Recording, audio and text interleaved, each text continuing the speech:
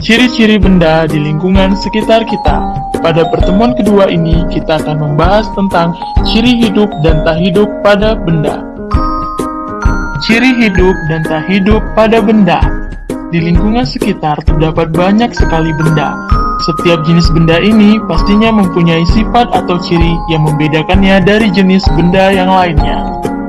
Ciri hidup yang pertama dapat bergerak dan berpindah tempat. Misalnya pada manusia dan hewan bisa berjalan dan berlari. Hal ini dikarenakan memiliki sistem gerak yang terdiri atas tulang, sendi, dan otot. Ciri hidup yang kedua dapat tumbuh besar, bertambah berat, dan tinggi. Manusia memiliki fase tumbuh dan kembang mulai dari bayi, anak-anak, remaja, dewasa, hingga tua.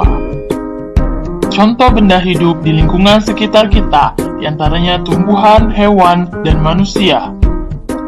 Contoh benda hidup adalah tumbuhan. Seperti yang kita tahu, bahwa tumbuhan bergerak ke arah cahaya matahari, tetapi tumbuhan tidak dapat bergerak atau berpindah tempat sendiri. Ciri benda tak hidup. Benda tak hidup tidak dapat bergerak dan berpindah tempat sendiri, misalnya motor, mobil, dan pesawat terbang. Ciri selanjutnya, benda tak hidup tidak dapat bertambah tinggi ataupun bertambah besar.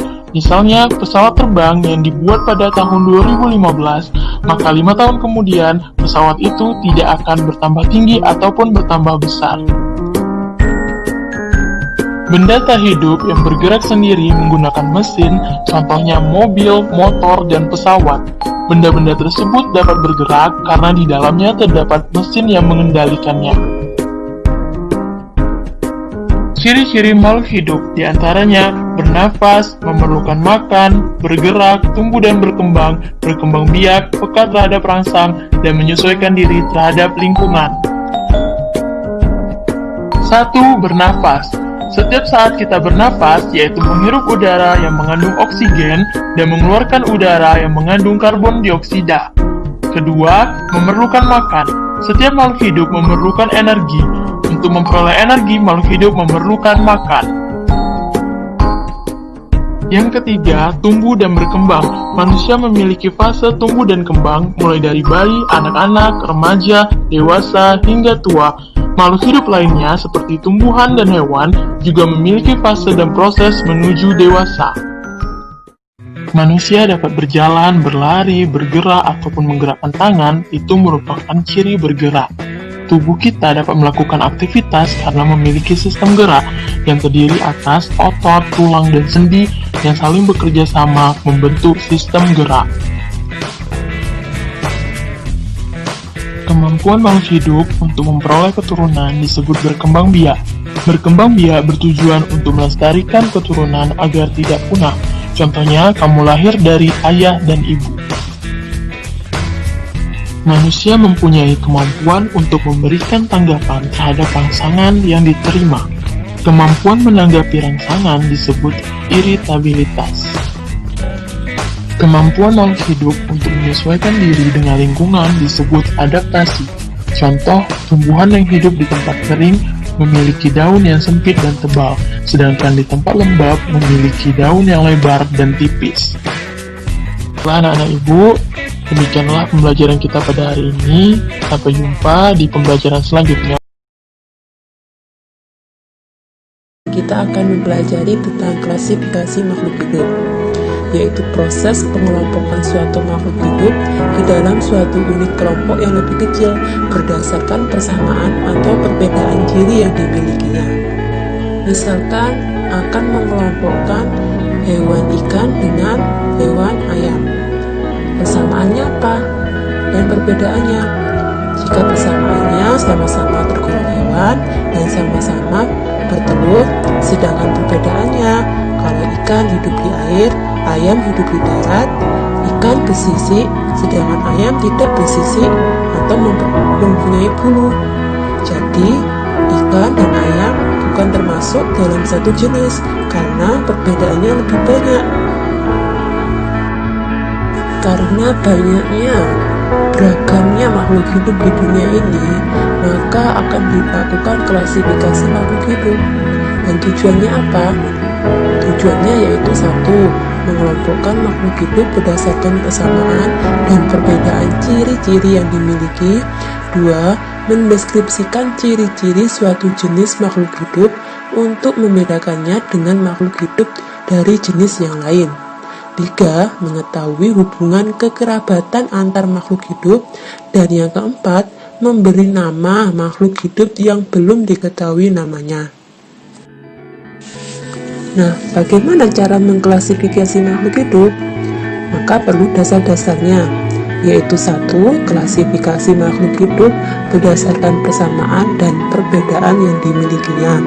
2. Klasifikasi makhluk hidup berdasarkan ciri bentuk tubuh atau morfologi dan alat dalam tubuh atau anatomi. Dan yang ketiga, klasifikasi makhluk hidup berdasarkan manfaat, ukuran, tempat hidup, dan cara hidup dari makhluk hidup tersebut. Dalam klasifikasi makhluk hidup terdapat hierarki atau tingkatan takson makhluk hidup, yaitu urutan kelompok suatu makhluk hidup, di mana semakin ke bawah tingkatan klasifikasi, maka persamaan yang dimiliki anggotanya tersebut semakin banyak dan memiliki perbedaan semakin sedikit. Untuk mempermudah dalam klasifikasi makhluk hidup, diperlukan tingkatan klasifikasi atau urutan takson yang sudah dikemukakan oleh Bapak Carolus Linnaeus. Tingkatan klasifikasi ada 7 tingkatan, yang dari atas, mulai dari atas itu bahasa Latin regnum, terus divisi atau phylum, klasis, ordo, familia, genus, dan spesies. Kalau regnum itu dunia atau kingdom, divisi phylum, kelas-kelas, ordo itu bangsa, familia itu suku, genus itu marga, sedangkan spesies adalah jenis. Jadi makin ke bawah persamaan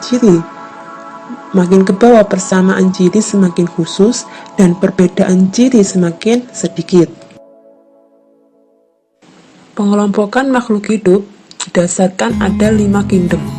Yang pertama kingdom Monera, kingdom Protista, kingdom Fungi atau jamur, kingdom Plantae, dan kingdom Animalia. Kingdom Monera itu bersifat mikroskopis atau prokaryotik, misal pada Archaeobacteria dan Eubacteria. Kingdom Protista bersifat uniseluler, multiseluler, dan eukaryotik, misal Protista dan alga.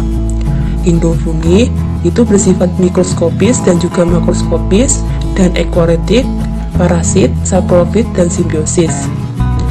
Kingdom Plantae bersifat multiseluler dan autotrof atau melakukan fotosintesis, misalnya lumut, paku, dan tumbuhan berbiji. Sedangkan Kingdom Animalia bersifat multiseluler, gerak aktif, misalnya serangga, ikan, burung, reptil, amfibi, dan mamalia.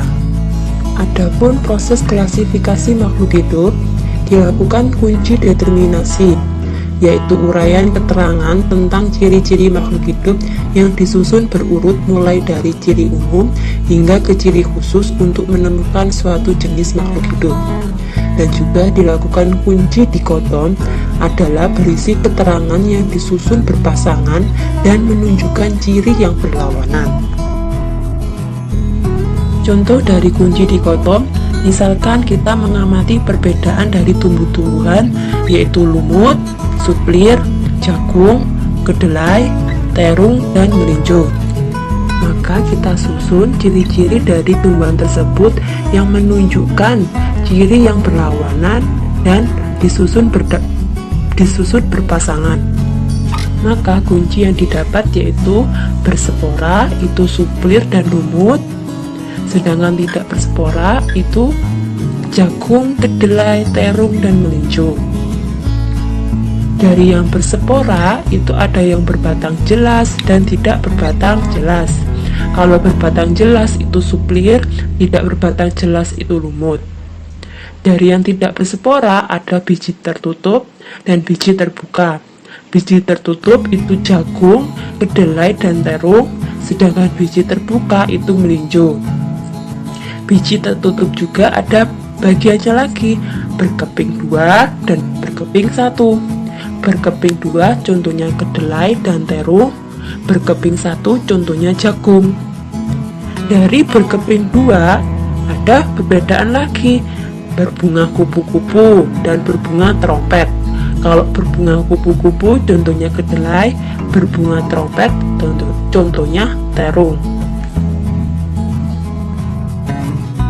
Untuk kunci determinasi, maka terdapat uraian keterangan tentang ciri-ciri makhluk hidup yang disusun berurut, mulai dari ciri umum hingga ke ciri khusus, untuk menemukan suatu jenis makhluk hidup. Misalkan suplir. Di suplir itu, maka dia tumbuhan yang berspora. Jadi 1A, kemudian kedua A, yaitu suplir, tumbuhan yang tidak berbatang jelas. Kalau lumut, berarti dia tumbuhan yang berspora. Jadi 1A, kemudian lanjut ke 2B, yaitu tumbuhan yang tidak berbatang jelas. Kemudian kalau melinjo, itu tumbuhan yang tidak berspora. Maka 1B, kemudian lanjut ke 3B, yaitu biji terbuka. Kalau jagung, maka dari 3A, yaitu berbiji tertutup, kemudian lanjut ke 4B, yaitu biji berkeping 1, kemudian hasilnya jagung ya. Sedangkan kalau kedelai itu mulai dari 4A. 4A itu biji berkeping 2, kemudian lanjut ke 5A, berbunga kupu-kupu, kedelai.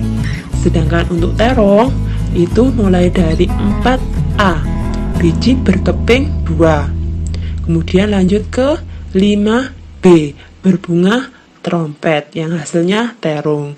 Jadi kunci determinasi ini untuk menemukan jenis makhluk hidup tersebut yang disusun berurut mulai dari ciri umum hingga ke ciri yang khusus.